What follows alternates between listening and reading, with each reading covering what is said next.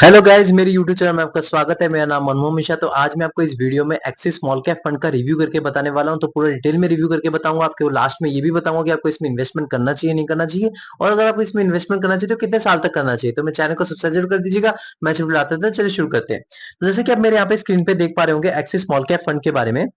तो इसका अगर लॉन्च ऑन डेट देखें तो 5 दिसंबर 2013 है। और इस फंड को देखा जाए तो 10.6 ईयर्स हो चुके हैं, मतलब 10 साल से पुराना फंड है। तो हालांकि बहुत ही अच्छा खासा पुराना फंड है। तो इसका कैटेगरी रिटर्न देखिए 10.6 ईयर्स में तो 24.06% तक का रिटर्न है। और इस फंड का रिटर्न देखिए 10.6 ईयर्स में तो 25.68% तक का रिटर्न है। मतलब इसने अपने कैटेगरी को बीटिंग, मतलब कैटेगरी बीटिंग रिटर्न इन्होंने दिया है। तो आप देख पा रहे 1% से अपने कैटेगरी को बीट करके 1.5% आप कंसिडर कर सकते हैं। अगर इसका 5 साल का रिटर्न देखें तो कैटेगरी रिटर्न देखें तो 32.27% तक का रिटर्न है। लेकिन इस फंड का रिटर्न देखें लास्ट 5 ईयर्स में तो 30.12% तक का रिटर्न है। मतलब 5 साल में इसने अपने कैटेगरी को बीटिंग रिटर्न नहीं दिया है, इस 2% से पीछे रह गया है। लेकिन ऑल टाइम रिटर्न देखें तो इसने अपने कैटेगरी को बीट कर रखा है, 1% से ज्यादा रिटर्न दे रखा है, आप देख पा रहे हैं। अगर मान लीजिए आपने इस फंड में 10 साल तक इन्वेस्टमेंट किया होता कंटिन्यूसली 1000 रुपए, तो आपका जो अमाउंट डिपॉजिट होता 1,20,000 रुपीज, और आपका 1,20,000 रुपीज कन्वर्ट हो गया था 4,46,000 रुपीज में। तो आप देख पा रहे हैं कि मतलब आपका जो पैसा लगभग 3 गुना हो गया होता, 3 गुना से ज्यादा आप मान सकते हैं। और अगर मान लीजिए आपने यही जो फंड में इन्वेस्टमेंट कर रखा है उसकी जगह आपने गोल्ड में इन्वेस्टमेंट किया था, तो गोल्ड में आपका जो अमाउंट डिपॉजिट होता है 1,20,000 रुपीज, और 1,20,000 रुपीज आपको कन्वर्ट होकर बन गया होता है 1,96,000 रुपीज में। लेकिन आप देख पा रहे हैं कि मतलब यहाँ पे जो पैसा आपका जो है डबल भी नहीं हुआ है। गोल्ड में अगर आप इन्वेस्टमेंट करते हो, आप इन्वेस्टमेंट की ताकत देख पा रहे हो। अगर आप म्यूचुअल फंड में इन्वेस्टमेंट कर रहे हैं तो आपको पैसा वहां पे 3 गुना हो गया, और यहाँ पे पैसा आपका डबल भी नहीं हुआ है, वो भी 10 सालों में। अगर मान लीजिए आपने एफडी में इन्वेस्टमेंट किया होता, तो एफडी में अगर आपने इन्वेस्टमेंट किया होता तो आपका जो अमाउंट डिपॉजिट होता है वो 1,20,000 रुपीज, और 1,20,000 रुपीज आपको कन्वर्ट होकर बन गया होता है 1,74,000 रुपीज में। तो एफडी में तो आपको कुछ भी नहीं मिल रहा है, आप देख पा रहे हैं इन्फ्लेशन बीटिंग रिटर्न भी नहीं है। तो इन्वेस्टमेंट की ताकत आप यहाँ पे देख पा रहे हैं। यहाँ पे रिटर्न वर्सेस कैटेगरी की बात करें तो यहाँ पे रिटर्न जो है वो आपका एबोव एवरेज है कैटेगरी के हिसाब से। तो एबोव एवरेज इसीलिए क्योंकि आप यहाँ पे देख पा रहे हैं कि जो 10.6 ईयर्स में इसने कैटेगरी बीटिंग रिटर्न दे रखा है, तो इसने डेफिनेटली एक अच्छा खासा रिटर्न है। क्योंकि मैंने आपको हर एक वीडियो में बताता हूँ, आप एक म्यूचुअल फंड को प्रेडिक्ट तभी कर पाते हैं कि अच्छा खासा रिटर्न है, तभी जब ये अपने कैटेगरी को बीट कर पा रहा है, मतलब अपने कैटेगरी बीटिंग रिटर्न दे रहा है, तभी आप उसको कंसिडर कर सकते हैं कि अच्छा खासा म्यूचुअल फंड है। तो यहाँ पे आप देख पा रहे हैं कि मैसिव रिटर्न तो है ही, 25.68% तक का रिटर्न अगर आप देखें 10.6 में, और आपको कैटेगरी बीटिंग रिटर्न भी मिल रहा है। तो यहाँ पे अगर रिटर्न के मामले में देखें तो डेफिनेटली एबव एवरेज है as compare to its category. आप ये मत सोचिए कि एबव एवरेज बता दें तो रिटर्न कम है, नहीं। ये डेफिनेटली अपने बहुत ही अच्छा खासा रिटर्न है, और अपने कैटेगरी बीटिंग रिटर्न है। रिस्क वजह कैटेगरी बात करें तो इसमें कैटेगरी के हिसाब से रिस्क भी लो ले रखा है। तो आप देख पा रहे हैं कि ये भी अच्छा खासा प्लस पॉइंट है, मतलब रिस्क भी कम लिया है और रिटर्न भी ज्यादा दिया कैटेगरी बीटिंग रिटर्न, तो एकदम अच्छा खासा फंड इसको माना जाता है। रिस्क वर्सेस रिटर्न रेशियो की बात करें तो यहाँ पे आपको बता रहा हूँ, बीटा यहाँ पे आप देख पा रहे हैं 0.67 है, और 0.8 इसका कैटेगरी का बीटा है।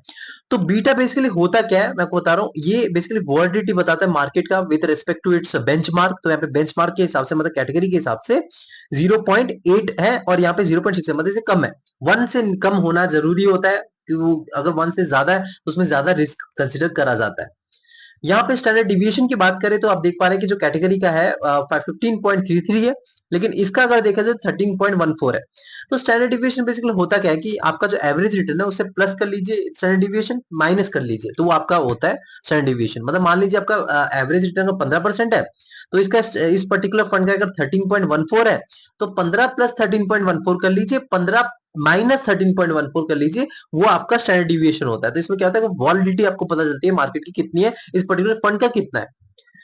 तो यहाँ पे देखा जाए इसने अपने वॉलिडिटी जो है वो कैटेगरी से भी कम है, तो आपको देख पा रहे कैटेगरी से कम वॉलिडिटी है, कैटेगरी से कम रिस्क है, और आपको रिटर्न भी ज्यादा मिल रहा है, मतलब कैटेगरी से। तो कैटेगरी बीटिंग रिटर्न है, तो बहुत ही अच्छा खासा फंड इसको आप कंसिडर कर सकते हैं। मिनिमम एसआईपी अगर आप करना चाहते हो तो 100 रुपए से कर सकते हैं। मैं आपको बता रहा हूँ बहुत ही बढ़िया, क्योंकि आप आजकल जो स्टूडेंट लोग भी इन्वेस्टमेंट कर रहे हैं, तो अगर मिनिमम एसआईपी 100 रुपीज हो तो ज्यादा अच्छा है। तो यहाँ पे एक अच्छा खासा फंड आप कंसिडर कर सकते हैं इसको। वन टाइम इन्वेस्टमेंट बात करें तो लमसम इसमें 100 रुपए से आप लमसम कर सकते हो, जो कि बहुत ही अच्छा खासा है। आप 100 रुपए अगर आपके पास मिनिमम है तो आप लमसम कर सकते हैं। लॉक इन पीरियड की बात करें तो कोई भी लॉक इन पीरियड नहीं, कभी आप इन्वेस्टमेंट कर सकते हैं, कभी आप इसमें विड्रॉ कर सकते हैं, एग्जिट मार सकते हैं।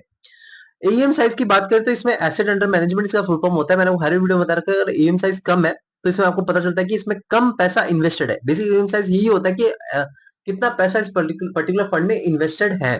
तो यहाँ पे अगर एम साइज कम रहता है तो आपको रहता है कि यार इस पर्टिकुलर फंड में भरोसा नहीं है, मतलब वेल एस्टेब्लिश फंड नहीं है, अगर 10 साल पुराना होके भी एम साइज कम है तो आपको थोड़ा डर रहता है कि मतलब लोग ज्यादातर इन्वेस्टेड नहीं है।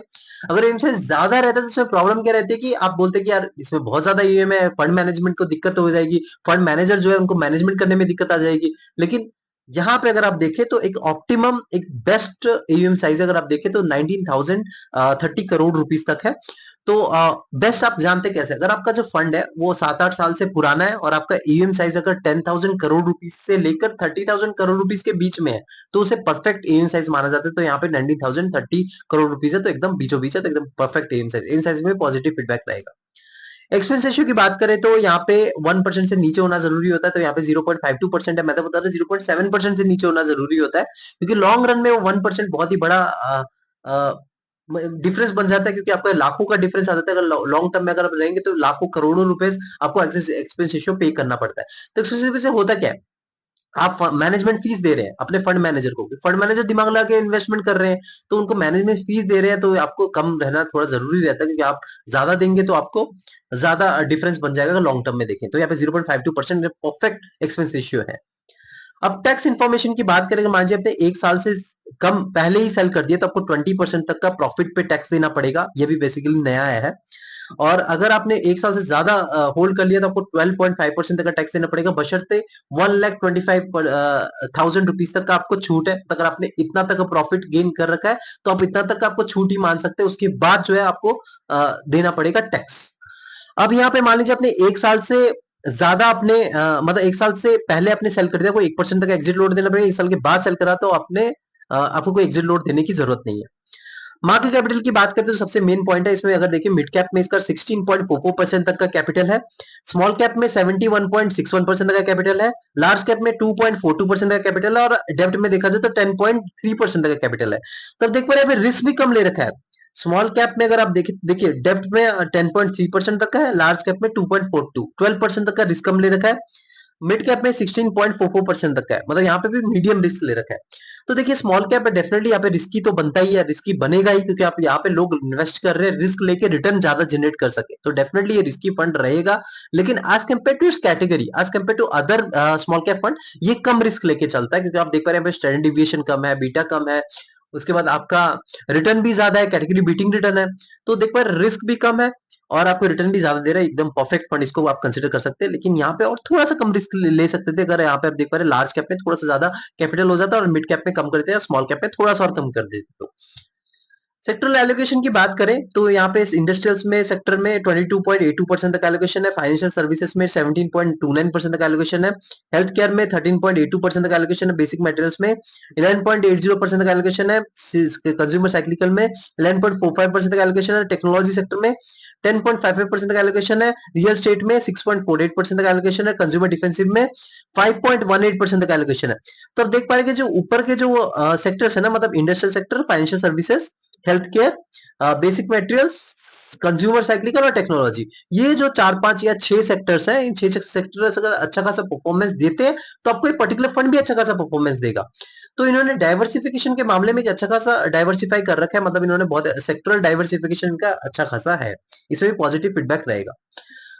फंड मैनेजर की बात करें तो यहाँ पे 3 फंड मैनेजर है, एक श्रेयांश देवलकर, इनका एक्सपीरियंस है 1.17 इयर्स का, सेकंड जो है वो मयंक हायंकी, इनका एक्सपीरियंस है 0.74 इयर्स का, और थर्ड जो है वो कृष्णा एन, इनके 0.17 इयर्स का।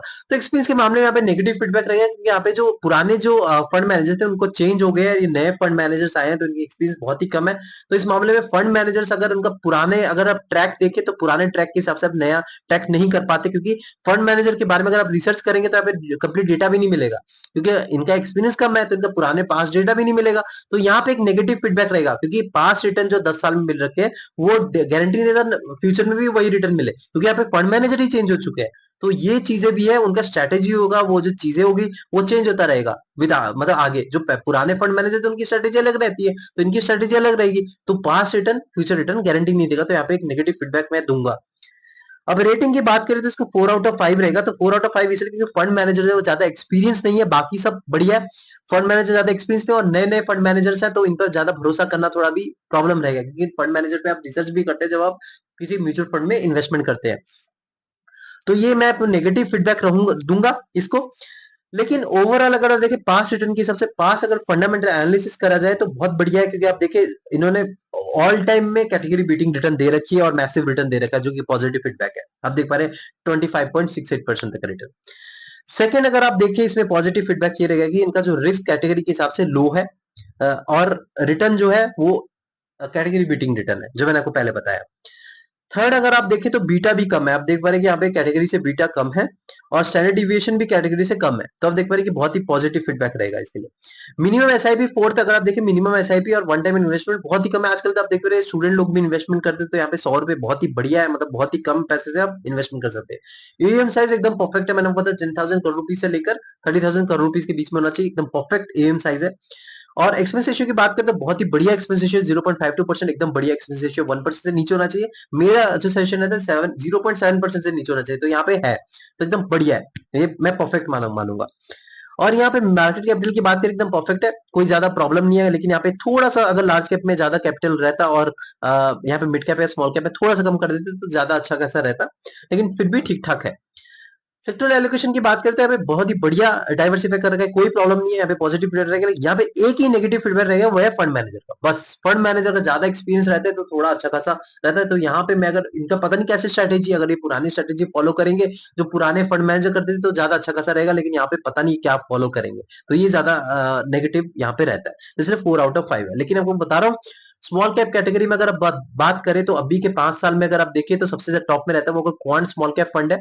लेकिन अगर आप ऑल टाइम रिटर्न देखिए तो उसके हिसाब से axis small cap fund risk को रिटर्न कर रिस्क को एडजस्ट करके जो रिटर्न देता है वो एकदम perfect axis small cap fund का ही है। तो अगर आपका टाइम फ्रेम 7 से 10 साल है तो आप इस पर्टिकुलर फंड में इन्वेस्टमेंट कर सकते हैं, आपको एक अच्छा खासा रिटर्न मिल जाएगा। लेकिन अगर टाइम फ्रेम कम है तो आप इस पर्टिकुलर फंड में नहीं चाहिए, लेकिन खुद रिसर्च करिएगा, यानी कि मैंने बोल दिया अपनी इन्वेस्टमेंट करिए, यहाँ पे स्मॉल कैप फंड है तो रिस्क ज्यादा बन जाता है, और यहाँ पे तो फंड मैनेजर एकदम नए नए, तो ये एकदम रिस्क बहुत ज्यादा बन जाता है। तो मेरे चैनल को सब्सक्राइब जरूर कर दीजिएगा, मैं इसमें बताता हूँ। Thank you.